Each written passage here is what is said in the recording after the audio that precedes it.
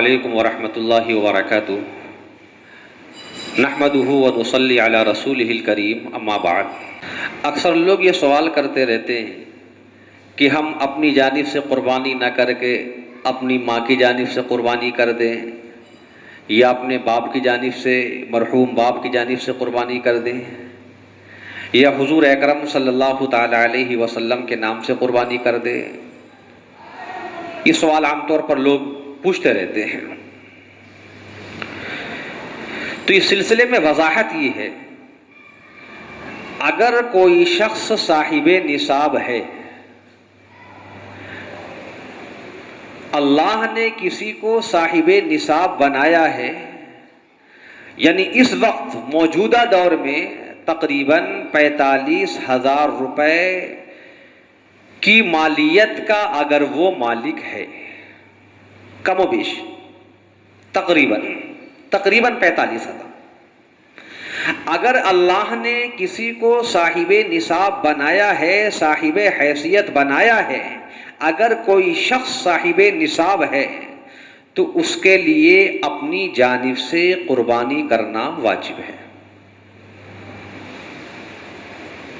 اگر وہ اپنی جانب سے قربانی نہ کر کے مرحومین کی جانب سے قربانی کرتا ہے تو واجب کو ترک کرنے کی وجہ سے، واجب کو وہ چھوڑنے کی وجہ سے گناہگار ہوگا۔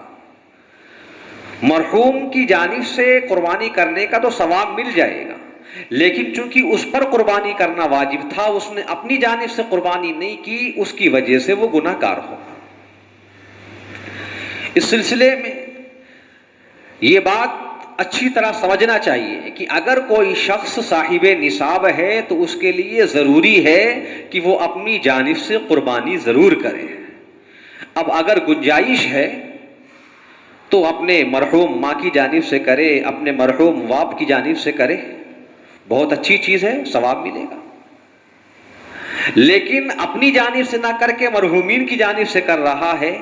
اس صورت میں وہ گناہگار ہوگا۔ اگر مالک نصاب ہے تو اپنی جانب سے قربانی ضرور کرے، اس کے بعد اگر اللہ نے اسے گنجائش دی ہے تو مرحومین کی جانب سے بھی کرے۔ ہاں، اگر کوئی شخص صاحب نصاب نہیں ہے، یعنی اس پر قربانی واجب نہیں ہے،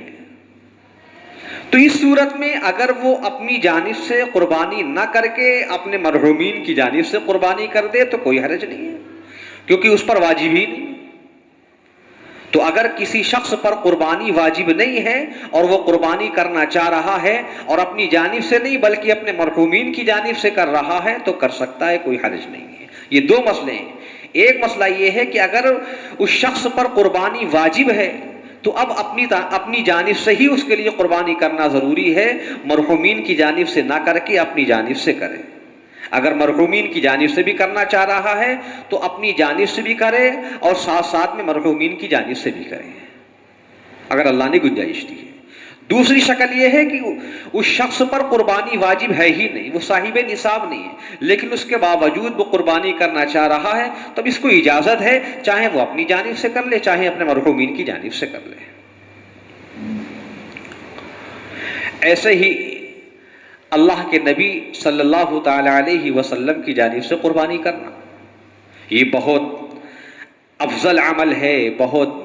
پسندیدہ عمل ہے۔ اللہ کے نبی علیہ السلام نے اپنی امت کی جانب سے ہر سال قربانی کی ہے، تو ہمیں بھی اپنی قربانی میں اللہ کے نبی علیہ السلام کو یاد رکھنا چاہیے۔ تو اگر کوئی شخص اللہ کے نبی علیہ السلام کی جانب سے قربانی کر رہا ہے، بہت اچھی چیز ہے، بہت ہی اچھا کام ہے، اللہ تبارک و تعالی اس کو بہت ہی اچھا بدلہ عطا فرمائے۔ لیکن شرط یہی ہے کہ اگر اپنے اوپر قربانی واجب ہے تو اپنی جانب سے پہلے کرے، اس کے بعد جو ہے اب اللہ نے گنجائش دی ہے تو نبی علیہ السلام کی جانب سے بھی کرے۔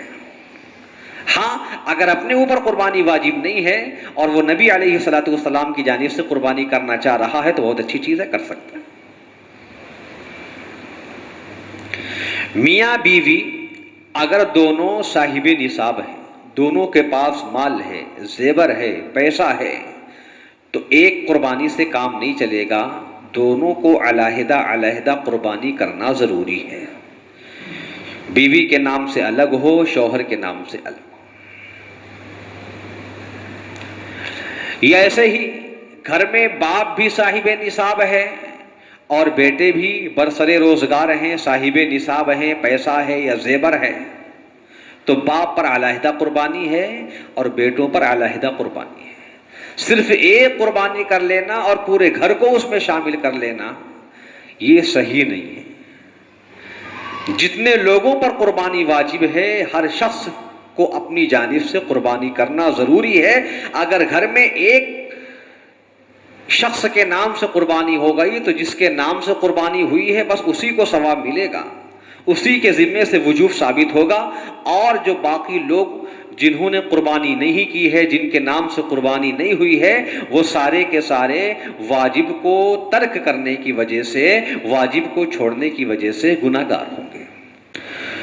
قربانی کے سلسلے میں یا کوئی بھی نیک عمل ہو، ہمیں یہ بات ذہن میں رکھنا چاہیے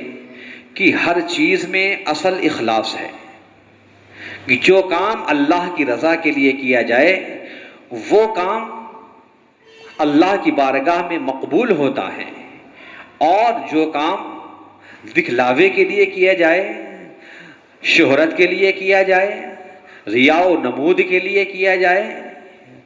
ریاکاری کے طور پر کیا جائے، وہ کام اللہ کی بارگاہ میں مقبول نہیں ہوتا ہے. بلکہ ایسا کام تو کل قیامت کے دن ہمارے لیے وبال جان بن سکتا ہے. اس لیے قربانی کرنے میں بھی